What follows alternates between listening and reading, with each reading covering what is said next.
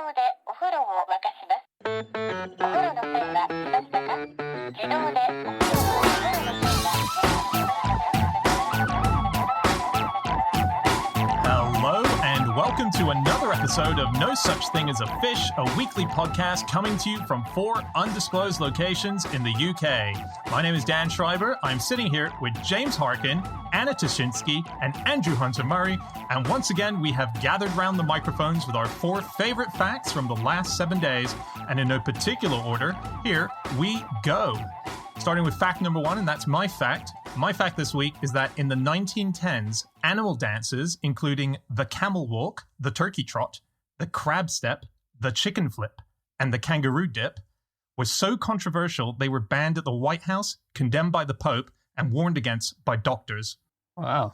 Why were they so bad? Were they sexy? I bet they were sexy dances. They always are, aren't they? I watched the turkey trot. You could argue there's a bit of sex in there, but ultimately you just look like an idiot, I think. I mean, what could sound sexier than the crab step? It's very raunchy stuff. The chicken flip. There are all these names. The sloth squeeze was another one. Yeah. The boll weevil wiggle. That was another one.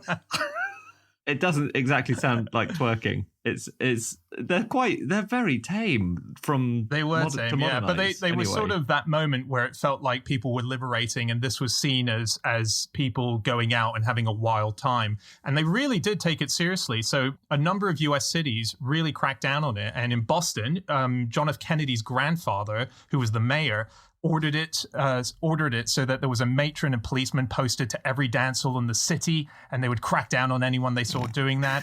They had people, just police forces out arresting whole groups. It was a bit of a mania. A lot of the reports at the time said they were, to be fair to the people banning them, actual imitations of the sex acts of these animals. Now, it is quite difficult to believe that when you watch, for instance, a turkey trot, which sort of involves hopping to one side and then hopping to the other side and then flapping your wings a bit. Yeah. But they were meant to be kind of reenacting sex between these creatures. It feels to me that if that's the way turkeys have sex, then we'd all be going hungry at Christmas. Because there would be not many baby turkeys around.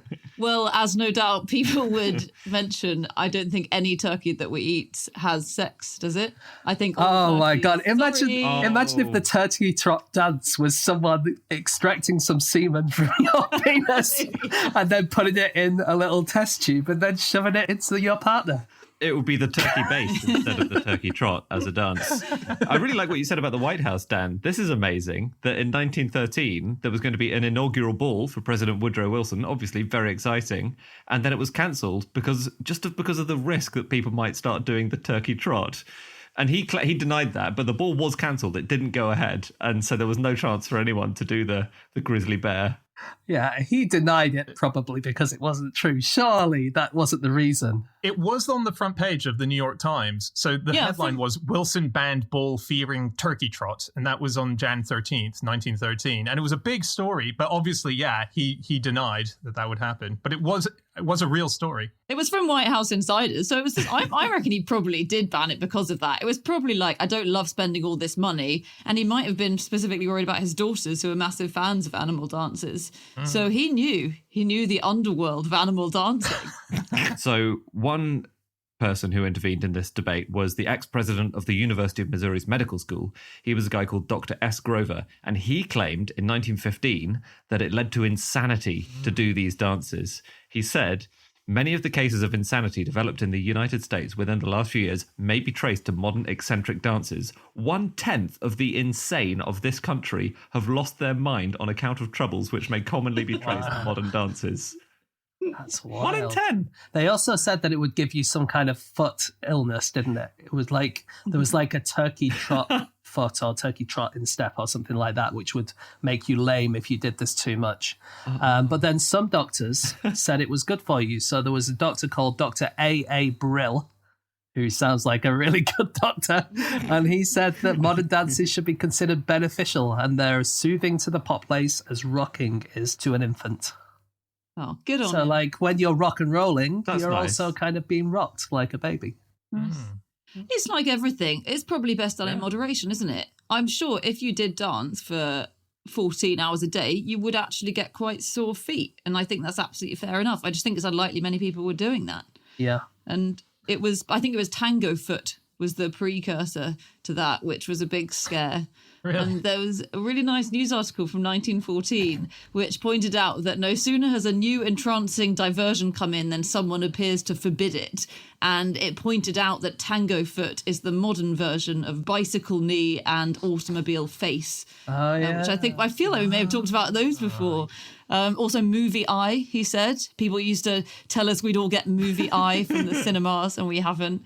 And it was quite a good article to remind you that whenever there's a new trend, everyone always says this is going to ruin us. Yeah, I always get Pokemon Shin and Fortnite anus. We've got anyone binging us, watch out for podcast earlobe. Oh, yeah. I want to know what Fortnite anus is.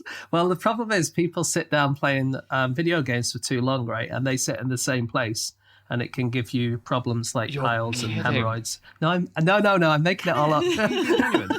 Oh, okay. I've just started playing Fortnite and I need to know if my anus you're allowed is safe. for no more than 2 weeks. After that, it's a problem. One of these animal dances survives today, which is so exciting because I'd never heard of the bunny hug or there were others called the buzzard lope. There was one called the fish walk. Did you hear that one? I mean, that is the one thing that fish don't do. Yeah, insane. But the one that survived into the modern age is the bunny hug because it kind of became the fox trot. And the foxtrot was coined and popularized around the same time as all these other dances.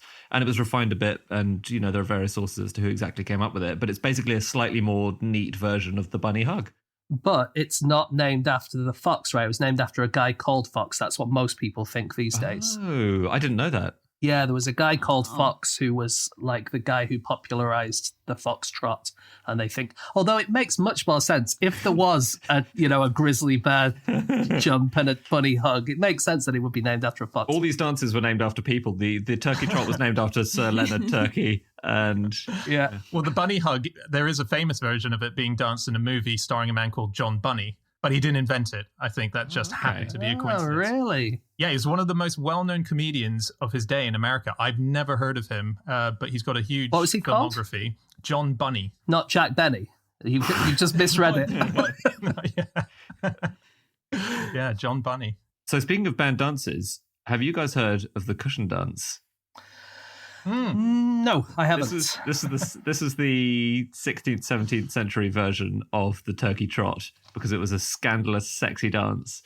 What it is you run around the place with a cushion for a bit. You dance around holding a cushion, and then you put it down in front of a woman, and she will kneel on it, and then you give you a blowjob. No, James. No.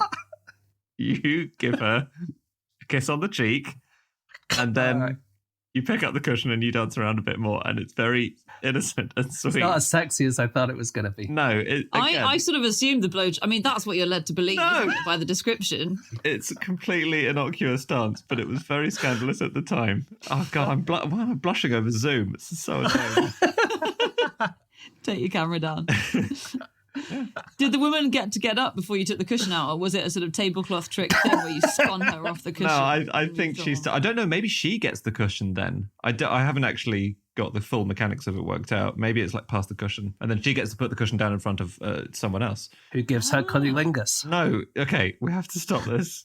But there was a worry, right? I read about this cushion dance, which they were saying a story that in 1633, the idea is that it would lead to sexual acts. And a couple were accused, I think after maybe having done this dance and taking it a bit further, of having sex against the village maypole. And against the maypole? That's going to be uncomfortable. Yeah. You're going to end up with maypole anus. The only reason they were found out was because apparently there was a bell on top of it, which they didn't know about, which was alerting the neighbor. No. Oh my That's goodness. the story, all right? If I had to write that up in a 16th century newspaper, I would make the headline Maypole Sauce. Okay? So it's like a pun on maple sauce, but it's the saucy thing happening up against the maypole. Did they have maple sauce back then? No, they didn't. I guess Wow, so you would have invented what year was it? a whole new What year was it? 1633. Yeah, they had maple sauce. Yeah, Really? It's always called maple syrup, so I don't know why we're even talking about maple syrup. The animal dances were part of the ragtime genre, really, weren't they? It was just part of the much broader ragtime era, which is basically the first jazz, or the precursor to jazz. It's the first time you started having syncopated, ragged rhythm. And the story of ragtime it's kind of cool. It's this Scott Joplin, who's the king of ragtime. He'd been born to a former enslaved person who used to play the violin for plantation parties, so that's where he got his musical skill.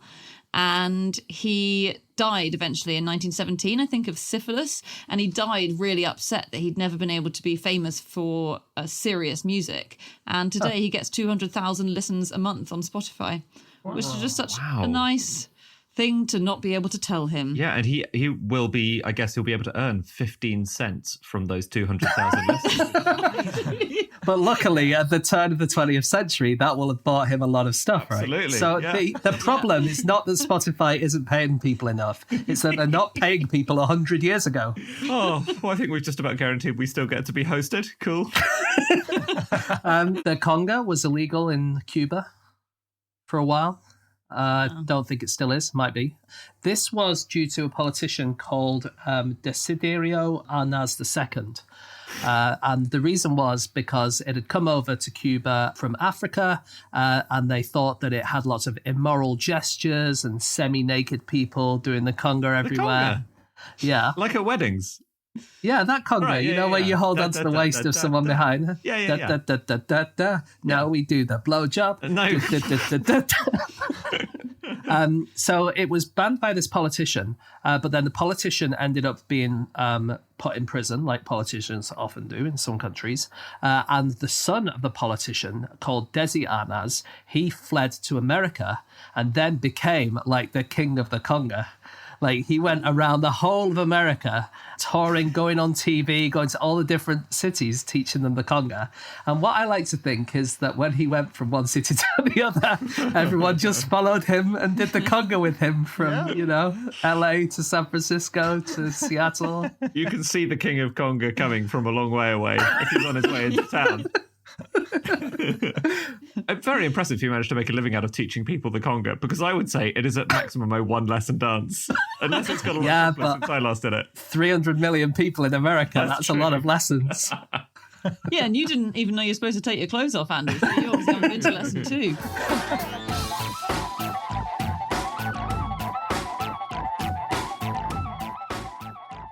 Okay, it is time for fact number 2, and that is James. Okay, my fact this week is that there is a type of pasta that only 3 women in the world know how to make. Ooh. Will we have heard of it? Is it fusilli? No, it's not going to be spaghetti, is it? It's not going to be... Yeah, but they're amazingly productive, like they're kingpins. You will have heard of it because you spent the last couple of days researching about it. But I think that people at home will not have heard of it. So this is called su filendeu, literally threads of God. And it's a Sardinian pasta. And it's made once a year for the Feast of San Francisco. And there is basically a group of women who have always been able to make it, and they pass the recipe down to their daughters, who pass it down to their daughters, who pass it down to their daughters. But there are only 3 women left who know how to do it, really. One of them is a lady called Paola Abreni, and her niece and her sister-in-law all know how to do it, but her daughters aren't really that interested. They kind of know the technique, but it's really, really complicated, and they're not particularly good at it. And because all these 3 women who are doing it are all kind of, I wouldn't say old, but getting that way, in their 50s and 60s, the people are a little bit worried that this might die out. So we need to get more people learning quick. And we tried to teach Jamie Oliver, but he just couldn't hack it. Well, this is the weird thing about it. It's that it's not even like it's a secret recipe. It's not something that they're hiding. They're constantly trying to teach it to people, including Jamie Oliver. And after a few hours, they're like, nah, bullshit. I'm not doing this. Are we serious? That Jamie Oliver's tried to learn it? Yeah, he tried to do it. He tried to do it for 2 hours and gave up. Wow. Yeah. It's so for the people at home, I'll tell you how to do it because I know how to do it. Basically, you get some semolina wheat, you get some water, you get some salt, you knead it and knead it and knead it, and then at just the right moment, which is the main difficult part, then you put it into loads and loads of really, really, really fine strings. You get 256 of these filaments and you put them all together and then kind of mesh them all up and then cut it up. And then that's your pasta. And then you put it with some tasty sheep's broth and some pecorino cheese, bish, bash, bosh. That's basically a HelloFresh recipe that I've given you there, isn't it? Yeah. It went a bit easy. Jamie Oliver at the end when he said bish, bash, bosh. He said pucker. It's like that is the thing. If you do get a HelloFresh and it is the Sue Philandeu meal, it will take you exactly 48 years to do this. Although it wouldn't be. It would be one of those annoying recipes because that's just the prep. So it would say cook time 12 minutes. And then at the very end, it would say prep time 10 years. A lifetime. Yeah. So actually, lots of people know how to make it. It's just the fact that only 3 people can make it. Yeah, it's really, really difficult because you just need to get it at exactly the right moment. It's the elasticity of the dough that you need to get perfectly right. Because if you don't do it perfectly, you can't make these threads thin enough. And you can only do it from playing with the dough and just knowing from generation on generation and generation and knowledge to knowledge to knowledge, just knowing the exact moment to do it. But the other thing is it's given an impression that it's much harder to learn because, you know, Jamie Oliver stopped after 2 hours. I think it's fair enough that he didn't master it in 2 hours. This has been a generational thing that's passed on. That's, you know, you need 2 weeks. Because if you're Jamie Oliver, you can, in that time, you could have made 8 of your 15-minute meals. It's an inefficient way of cooking. I did read that because these women, they're, as you said, James, right, they're in the same family. So one of their male relatives is currently one of the Luke Skywalker figures who is in the process of learning how to make it to their Yoda. He's obviously also, I guess, Sardinian. He's called Leo Gelsomino, and he's Aussie. Well, he's Australian. He lives in Australia now. Oh, yeah, I mean, he's their family. So I don't know when he moved to Australia or when the family moved, but yeah, they've given him a little masterclass, and he has a certificate, but I think he's still in the training zone. Basically, it's kind of a tradition where they have these kind of matrilineal or matriarchal cuisines, which you do pass on from mother to daughter to daughter to daughter. But because they're so worried about this dying out, they have recently said, okay, we're going to let men do it as well. And they are trying to teach more and more people. I actually read this article in the BBC, I think it was in 2016. So it could be possible that few people have picked it up since then. But if they have, they won't be nearly as good as these 3 women who absolutely smash it every time. Because they don't have the special sense. Yeah. Is that, we've done how, we have more than 5 senses. Is the special ability to feel pasta. Right. Where is that? I don't think that's an X-Men character we're going to see covered up in future Marvel movies. Actually, I just thought of something, which is that, you know how we were talking about maple sauce earlier on, Andy? Yep. Yes. Well, the related food, maple syrup, is also was traditionally a thing that passed from mother to daughter to mother to daughter. Because in the First Peoples tribes of Canada, the men would often go out hunting and the women would be in charge of all of the planting and stuff like that. And the maple syrup came in that territory.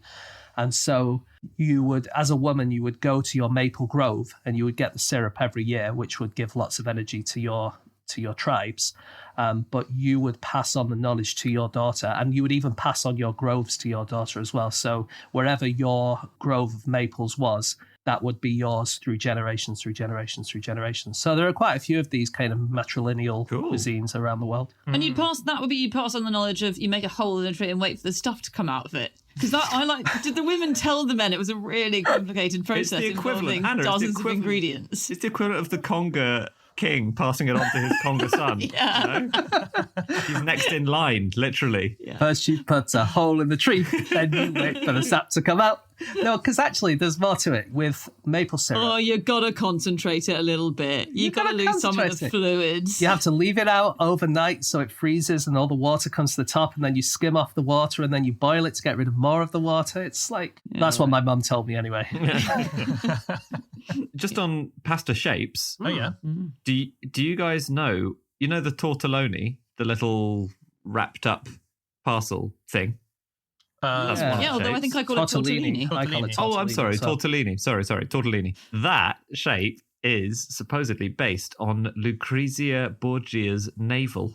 And you know Lucrezia Borgia of the famous poisoning aristocratic Borgia family.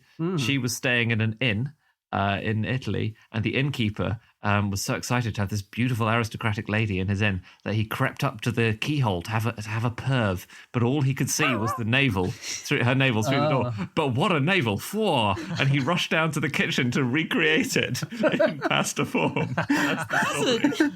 That's a terrible outie she had, isn't it? It's an absolutely fucked up umbilical cord cutting right there.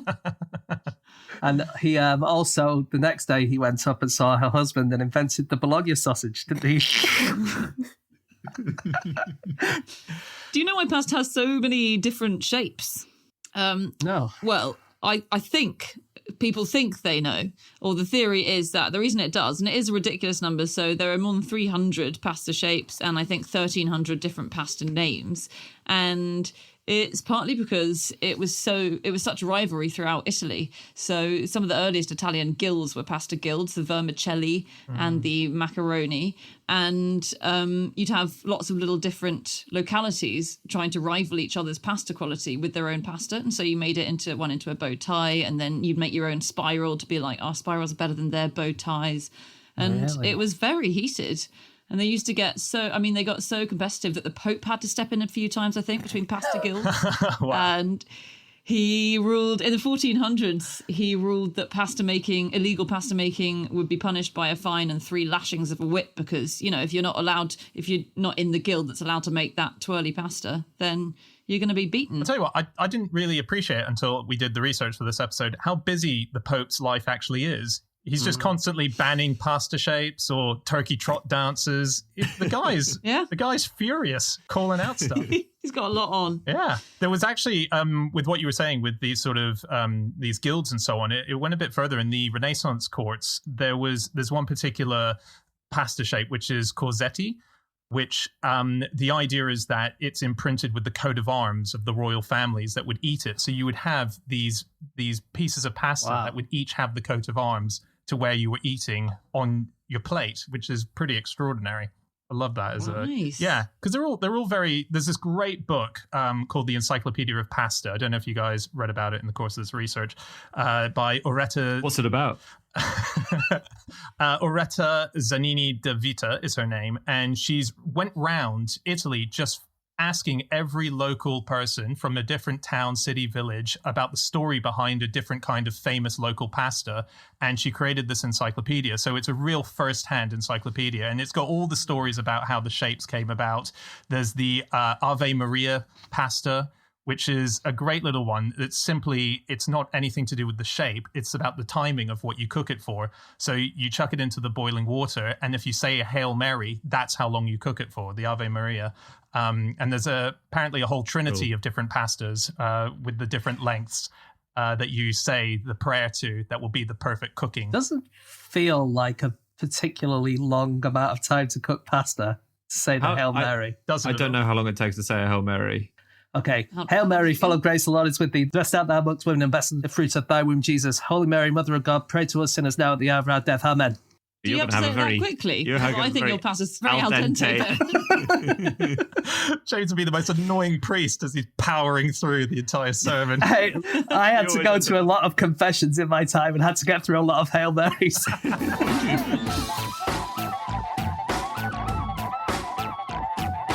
Okay, it is time for fact number 3, and that is Andy. My fact is that every hour, the buglers of Krakow have to climb 272 steps, play 5 notes, then walk back down again. And this is a job that you can have if you're a bugler and you live in Krakow.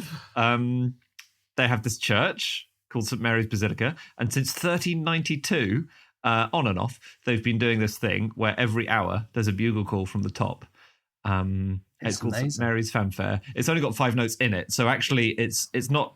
It goes up and down a bit, and it takes about, I don't know, half a minute to play. So it goes up and down, but only on those 5 notes. And you play the tune to each point of the compass, and then you stop, and then you go back down again, and then the next hour you climb back up again. But actually, don't you stop the fourth time you do it? You stop halfway through, I read. That's because in 1241, there was a bugler who was telling about some Mongols who were attacking the city, and he was shot by an arrow halfway through his bugle. And so in honor of this guy, they kind of stopped the last bugle. Well, that's the story. Yeah, but there's a lot of stories about Krakow, I learned, which we might get to in a bit, but go on. Well, it's first recorded in 1928, and from 1241, that's obviously quite a gap before anyone wrote it down. So, and it's first recorded by an American author who locals may have played a trick on him, but it might also have been an oral legend before that. It's just that there isn't much written record. But there was actually a trumpeter who did die on duty in 1901, so only about 20 years before this guy wrote the story down, and he had played the tune 3 out of 4 times, because you do it to each point of the compass, so he did it 3 times, but then he died of a heart condition before he could play it the 4th time. So that might be where that sort of fed into local myth, and yeah. That must have been such a weird moment for the town. When you're waiting, you're so used every hour to hearing these 4, and you're like, what? Yeah. Where did it go? But I thought, wasn't it even, did you say the first mention of the bugler is 1928, or the first mention of this legend is 1928? The Mongol thing. The bugle thing's been going for donkey's years, yeah. Because I read that the bugle thing, even, they only used to do it sort of once a day until the 20th century. And then suddenly they decided to torture this guy by ramping up to once every hour. There is they're in a squad, so I think you have to be a fireman, by the way, to have this job. That's just part of the conditions for entry these days. So the reason this is current now is because they just announced they're recruiting for a new one, and they've had their first ever application from a woman for the position. So great social progress is being made now. If she gets it. If she gets it, yeah. If she gets it. But it's the audition process. It's crazy. It's insane. You got to, in order to become a bugler for the church, you need to go through a whole process of doing chin-ups. You need a beep fitness test. They have a medicine ball tossing thing that you need to do, and you need to scale a 20-meter ladder at an angle of 75 degrees to ensure that you're not afraid of heights. But I would have thought that all these things, if you're a fireman, you probably would already be able to glow up ladders, wouldn't you? No? You would hope. Yeah, that's true. Yeah. I got to say, I have been to Krakow on a stag do once, and I think I might be right about saying this, is the square is basically just a load of bars all the way around it, with mostly, when I went there, just full of stag do's. So that seems to be the only people who are enjoying these bugles. Is it Market Square? Is it it's the main square, isn't it? Actually, I think I remember hearing it when I was in Krakow. Market Square was the biggest medieval square in Europe, I think, wasn't it? It was. It got UNESCO Heritage, it was one of the very first places to get UNESCO Heritage, I think. Yeah, it is beautiful. Yeah. It's really big and really cool. And this St. Mary's Tower is quite famous because it's got 2 towers that are slightly different heights. And I know Andy's going to tell me this isn't true now, but I'm going to tell the story of why this happened. So they had the church there, and there was a guy who was in charge of Krakow at the time who was called Duke Borislaus the Modest. Okay, and he's like, we need some new towers here. Not too big, because I'm modest, but we need some new towers here. We need 2 new towers. And they tried to find the people to do it, and they got 2 brothers. One of whom was going to do one tower and one who would do the other tower. One of the brothers did his tower, and then the other brother did his tower slightly bigger. And the brother with the shorter tower got really jealous and so killed his brother for doing such a bigger tower. And then he could have made his tower back to the equal height, but then he felt so guilty about killing his brother that he didn't do it anymore. You're going to tell me that's not true either, Andy? I'm not going to say that. No way. No. Sounds legit. It's probably not true. Well, Krakow doesn't make up for killing your brother. I'll tell you that. If I was murdered, but then I found out that the person didn't actually go through with the stupid bet we had, it's still not okay to murder you. No, you're right. But there are great stories of Krakow. And I'm James, the only reason I'm not going to tell you that your one isn't true is because the only other one I know is about of Krakow is about the dragon who lived under the hill. And there's a medieval story of Krakow, and the dragon loved eating virgins. They all do, don't they? It's the whole species. Yeah. And there was only one virgin left, after this huge virgin eating rampage that the dragon had been on. Anyway, this poor cobbler filled up a sheepskin with sulfur and salt and then left that outside the dragon's cave. Anyway, the dragon eats it, and it's so full of salt that he feels so thirsty. He drinks so much water, the dragon, that he explodes and dies. And then the cobbler is rewarded by getting married to the king's daughter, who happens to be the last virgin in the city. Okay. That's the story. Yeah. And then the was- dragon's bones now hang out of the front of Wawel Cathedral, which is in Krakow. It's the Wow. big cathedral there. The bones hang from the door. All No the one's bones of a contesting not the dragon. realness of the bones. Some bones are there. Bones are hanging. They're quite. I wish they'd study them. So they're not allowed to take them down, right? Because there's this idea that if they fall down, then the world will end immediately. So they're hung up by these chains, which are constantly checked, which is kind of a shame because apparently the bones belong to some creature from the Pleistocene, a mammoth or maybe a whale, and we just won't know because the only way of checking them involves the world ending. At which point, I suppose you can't check the bones. It's a real catch-22. They've done an awesome statue of this dragon. It was first put up, I think, in 1972, and they decided on to have it breathe fire. Huge, like a flamethrower. And it used to do that every 5 minutes or so, but actually they've started a new service where as you're walking by, you can text the dragon and ask it to breathe fire, and it will do it on command. So it can actually go every 15 seconds if it needs to, the 15-second intervals between That's breathing so fire. cool.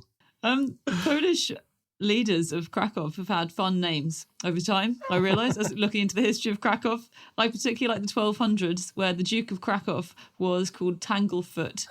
That was in 1210, and he died and was replaced by Spindleshanks. Or I think there was someone in between. And Spindleshanks replaced him. And actually, Spindleshanks ended up getting killed by a German girl that he was trying to sexually assault. So, well done. Well, she killed him, so well No, done. no, Oh, that's yeah, good. yeah, yeah. Well, Yeah. It was a bad start to the story, but, you know, he got his It was a comeuppance. happy ending. I thought Well- Spindleshanks would have been killed by Voldemort by the sounds of him. I know.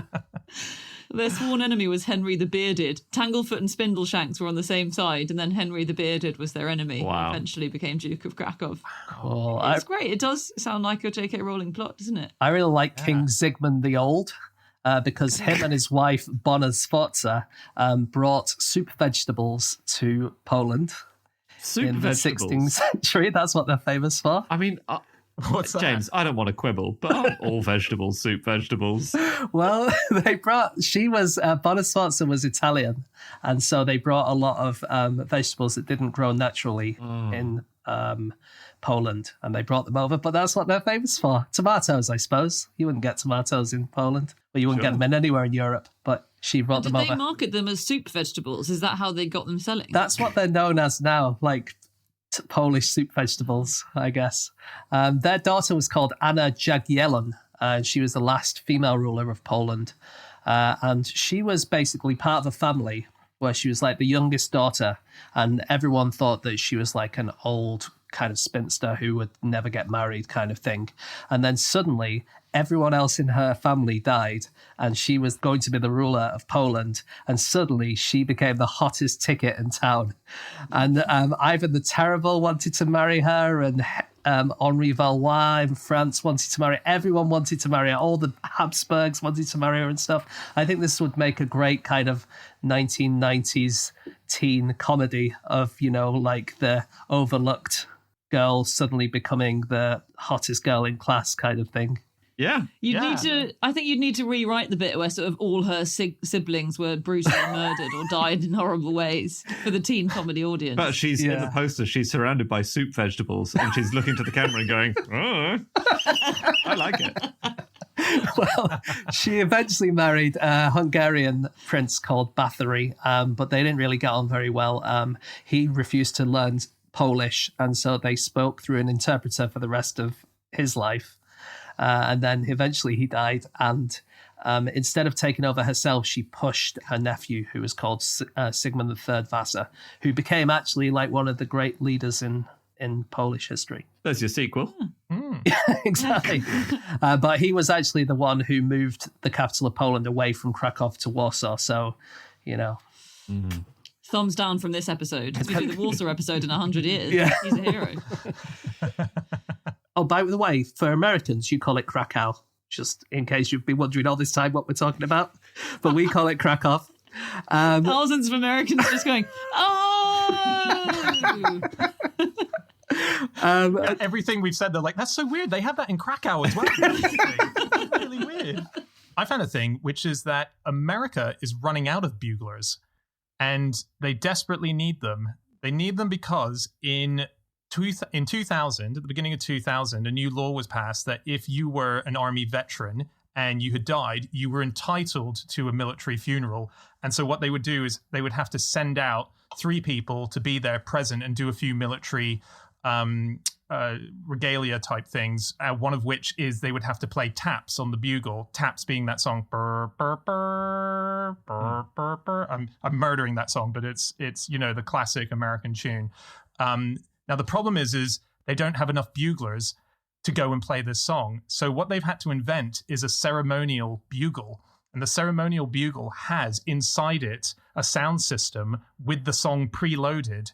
So what you end up having is these people playing the song, but what they're doing is once they press down on one of the buttons, it just plays the song through a speaker system that is at the top of the bugle, and they just pretend that they're playing it because that's the best way in order to commemorate the person who's being buried. Yeah, Dan, I read about it. It's so weird. It seems like it's this little black box that you shove into the end of your bugle, and then you just press a button on it, and then you just hold the bugle. It's really bizarre. It's quite controversial, isn't it? Because some people are like, well, surely you should have a proper bugler at a funeral.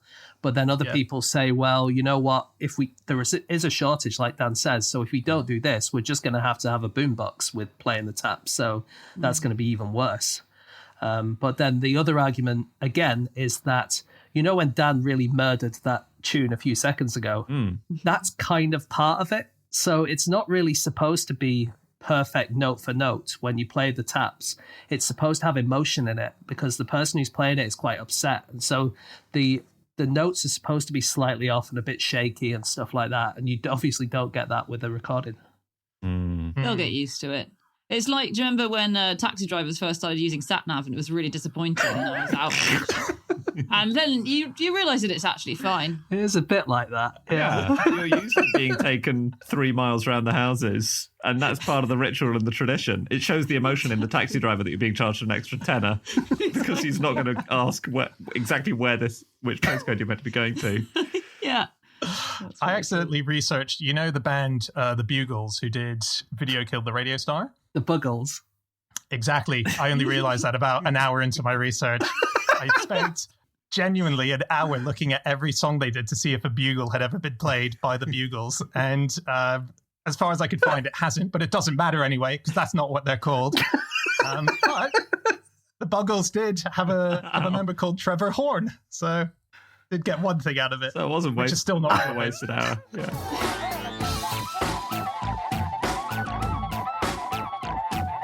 Okay, it is time for our final fact of the show, and that is Anna. My fact this week is that when the conservationist Amy Dickman booked a dentist appointment in Namibia, she neglected to mention to the dentist that the patient was a leopard. Wow. How did the appointment go? Do we know? It actually went quite well. Yeah, it was a series of appointments in the end, as often happens with the dentist. And it was on the BBC website a while back, I think, and it was an interview with her, and she was saying that she works in various African countries with threatened species. She was in Namibia and she found a leopard that had got into a farmer's trap because farmers trap them to stop them killing their livestock, and she saw it had a broken canine, so she anaesthetized it, and she called the local dentist and just booked an appointment. And then she said she arrived, and there are obviously lots of people in the waiting room who are frightened enough already because they're in a dentist waiting room, and then a leopard gets carried through. And apparently the dentist really took to it after a while, and she explained it's okay, I've anaesthetized it, so it's not going to wake up and eat you. And so the dentist was like, oh, brilliant. And they had to make a specially hard tooth for the leopard because obviously they do much more tearing of their food than we do. So he plotted using titanium and steel and silver to make this tooth. And it was basically okay. Except hang for one on. scary moment at the end when it went Yeah. up. Missing the big ending. Apart from when it bit her face off. Apart from everyone died, and that's No, the end there of my story.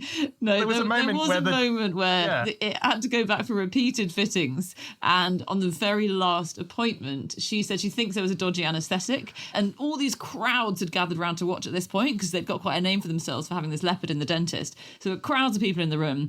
The dentist said, "I'm pretty sure the leopard just blinked at me," and they said, "Don't be silly, it's anaesthetised." 30 seconds later, it let out a massive roar and then climbed up off the table. She said the crowd, she's never seen a crowd disappear from a room so fast. They sort of just jumped out the windows and stuff. Wow. And they had to chase it around and anaesthetise it again, which she then pointed out, I'd only ever really worked on cheetahs, which apparently, who knew, have very prominent veins.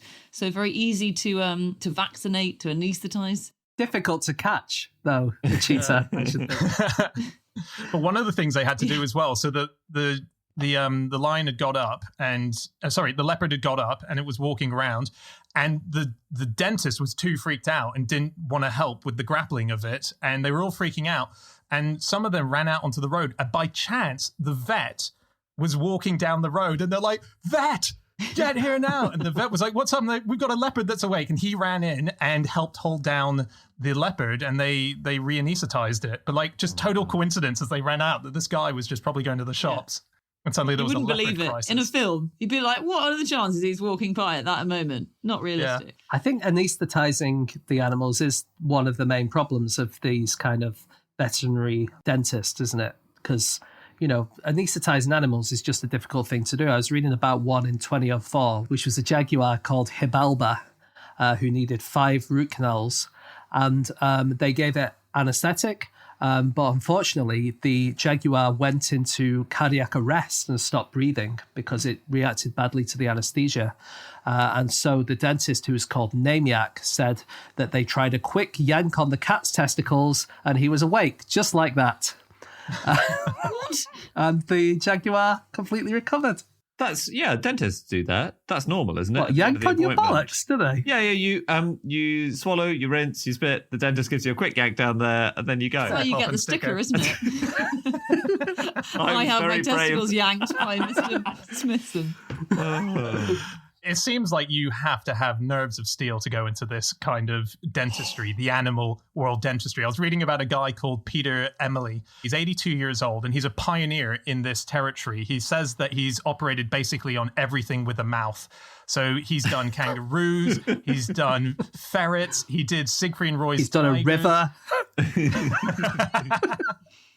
And in this article, he was operating on a lion's head. So you can imagine if that lion wakes up, it's going to be terrifying. While he was operating on the lion's mouth... Can we just say that as a dentist, most of the work he does is head-based, isn't it? Oh, yes, true. What my point of saying that, though, is at the very same time, someone's down at the other end removing the lion's testicles. So it was... it's a scary procedure. Yeah. If he woke up, that's one pissed off lion. And then, as he's doing that procedure, they bring in next to him a black leopard, which is just laying perpendicular on the table next to this lion. So he's just surrounded in animals that, if my waking goodness. up, Can I ask, would just rip his head off. why did they decide to take the testicles and the teeth out at the same time? It's a I think 2-for-1 once offer. you've anesthetized- My dentist had one of those. Oh, yeah? And yeah, I have to say, no complaints. Say In this case, they were using them to grow stem cells. So it was 2 different things happening from 2 different people. It wasn't, in order to help out with a tooth. I guess if anaesthetizing is hard, which it is, and I guess you don't want to do it too often, so I suppose you sort of take what chances you get while you've got a knocked out lion. So there was a zoo dentist in the UK called Peter Katej of Paignton Zoo. He is, again, one of the only zoo dentists in the world. And in 2008, he did an operation on a gorilla at Paignton Zoo. And it took about 10 people to remove the gorilla's tooth, because you've got people positioning the gorilla, you've got people monitoring the anesthetics, you've got all sorts of activity happening around. And there's this huge, 300-pound gorilla sitting in the chair, completely dead to the world, and he's having to operate on it. And he said, Peter Katej was interviewed, and he said, "People often ask me if it is fun working on gorillas and tigers. It certainly is not fun. It is very hard and serious work." Wow. Oh, what a killjoy. He's having fun. Imagine sat next to him at a wedding. Yeah. Oh, tell us about the gorilla. It's not fun. Oh my God, what a cool job. Wow. It's actually horrible. Okay. Moving on.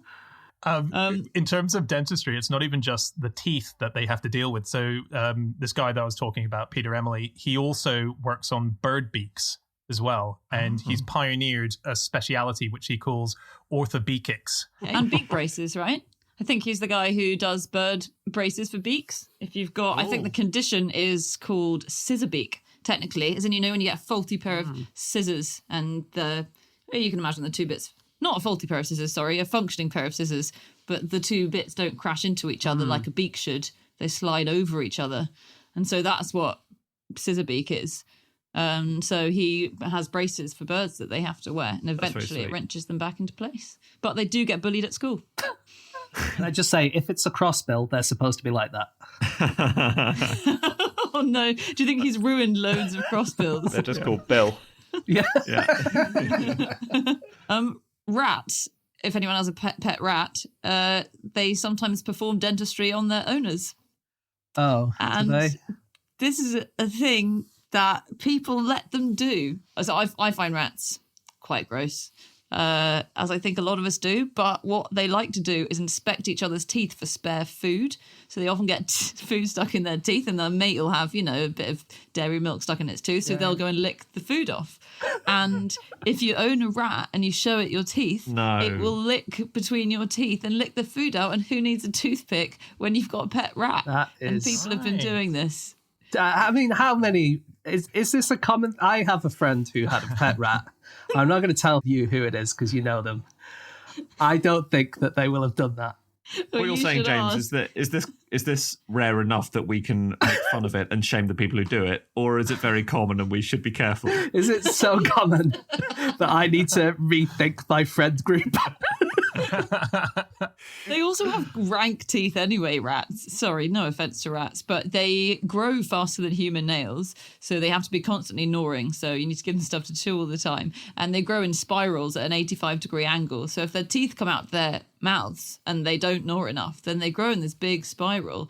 And when they're chewing, the masseter muscle, which is the muscle that controls their jaw, is positioned behind their eyeballs. So if you watch videos of rats chewing, they do a thing called boggling at the same time, which is when their eyes pop. That's Dan's favourite band, isn't it? The Boggles. Sorry, what is a boggling? Sorry, Anna. It's what you'd think. Their eyes pop in and out of their heads as they chew. Can I give you guys a fact about just general dentistry? You know how we all love nominative determinism? Yeah. Well, I have gone off it a little bit, I have to say, after reading this fact, and I think that it might not be true, because I read that the first woman to qualify as a dentist in England was called Miss Fanny Payne. And I think if nominative determinism was real, she would have been a gynecologist. Yeah. Fanny Payne? There should be something called nominative anti-determinism or something, where they've gone the wrong way. So she qualified in 1914. There were a few dentists before her because a few people qualified in Scotland before that, female dentists, I should say. But like in the 19th century, really, you only had male dentists. And then there was Fanny Payne, and there was another woman called Lillian Lindsay, who became the first female to qualify as a dentist in the whole UK because she did hers in Scotland. And it was so looked down upon that when she tried to join the National Dental Hospital in Great Portland Street, the dean, who was called Harry Weiss, Harry Weiss. Harry Weiss. Yeah, that's what causes the fanny pain, isn't it? He was called Harry Weiss, and he refused to admit her because she was a woman. And then when she really insisted, he would only interview her on the pavement outside the school because he didn't want her to distract all the other dentists who were inside. Wow. But yeah, eventually they did. And now I think it's more than 50% of dentists in Europe, I think, are women. People are trying home dentistry now. Are they? And are being advised not to. So is this a coronavirus thing? Yep. The Economist reported on various dentists saying that they're very worried because a lot of their patients are saying they're doing things like using needles to burst their own abscesses in their mouths. They're using knives and forks to take their teeth out and nail files to cut down broken teeth. Oh, my word. I've actually been doing this myself at home, and it's a real nightmare because I've been having to yank on my own testicles when I've finished. Okay, that's it. That is all of our facts. Thank you so much for listening. If you'd like to get in contact with any of us about the things that we have said over the course of this podcast, we can be found on our Twitter accounts. I'm on @Schreiberland. Andy. At Andrew Hunter M. James. At James Harkin. And Anna. You can email podcast@qi.com. Yep, or you can go to our group account, which is @NoSuchThing, or go to our website, nosuchthingasafish.com, and check out all of our previous episodes, as well as links to bits of our merchandise. That's it. We will be back again with another episode. We'll see you then, guys. Goodbye.